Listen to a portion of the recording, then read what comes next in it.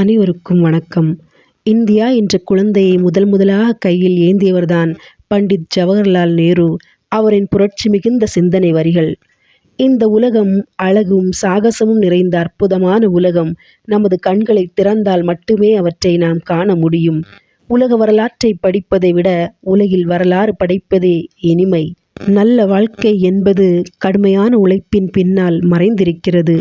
தோல்வி ஏற்படுவது அடுத்த காரியத்தை கவனமாக செய் என்பதற்கான எச்சரிக்கை. உண்மையான நம்பிக்கை ஒருவனுக்கு இருக்குமாயின் அந்த நம்பிக்கை மலையை கூட அசைத்துவிடும். துணிந்து செயல்படுபவர்கள்தான் அடிக்கடி வெற்றியின் சிகரத்தை எட்டுகிறார்கள். செயலுக்கு முன்பே விளைவுகள் பற்றி எண்ணி அஞ்சுகிற கோழைக்கு வெற்றி என்பது வெகு தூரமே. கோழைத்தனம் என்பது அனைத்தையும் பாழாக்கும், வீரமே அனைத்தையும் வெல்லும். கோழைகள்தான் வன்முறையில் ஈடுபடுவார்கள், வீரர்கள் எப்போதும் சமாதானத்தை தான் நாடுவார்கள். அறியாமையே எப்போதும் மாற்றத்தைக் கண்டு அஞ்சுகிறது. அச்சம் போன்று மிக மோசமான ஆபத்து எதுவுமில்லை. நற்பண்பில்லாத அறிவு ஆபத்தானது, அறிவில்லாத நற்பண்போ பயனற்றது. வலுவான செயல்கள் தெளிவான முடிவை நோக்கியதாக இருக்க வேண்டும். திட்டமிடாத செயல் துடுப்பில்லாத படகிற்கு ஒப்பானது. விளைவுகளை வைத்துதான் செயல்களின் சிறப்பை மதிப்பிட முடியும். செயலில்லாத சிந்தனை அழிவை தரும். சிந்திக்காது புரிகின்ற செயல் அர்த்தமற்றது. எனவே சிந்தனையும் செயலும் ஒன்றுபடும் முயற்சி வேண்டும். முயற்சிகள் செய்து கொண்டிருப்பவர்களை தான் வெற்றிகள் தேடி வரும்.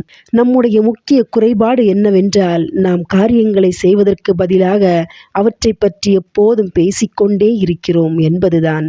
ஒன்றை அடைவதற்கு தேவை நல்ல குணம், ஒழுக்கம், ஒருமித்த செயல், எதற்கும் தயாராக இருத்தல். உங்கள் உடல் நலனை எப்படி பாதுகாக்கின்றீர்களோ அதுபோல நேர்மையையும் கடைபிடிக்க வேண்டும். உண்மையை சில சமயங்களில் அடக்கி வைக்க முடியும், ஆனால் ஒடுக்கிவிட முடியாது. அறநெறியை மறந்துவிடில் அழிவொன்றே விளைவாகும்.